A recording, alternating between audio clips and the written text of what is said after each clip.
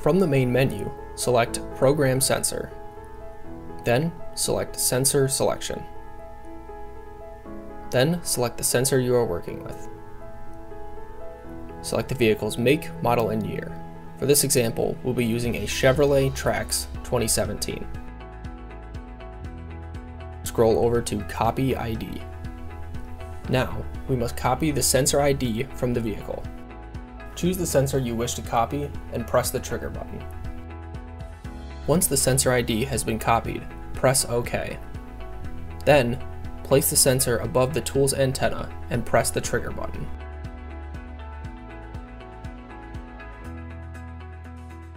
The new sensor has been successfully programmed.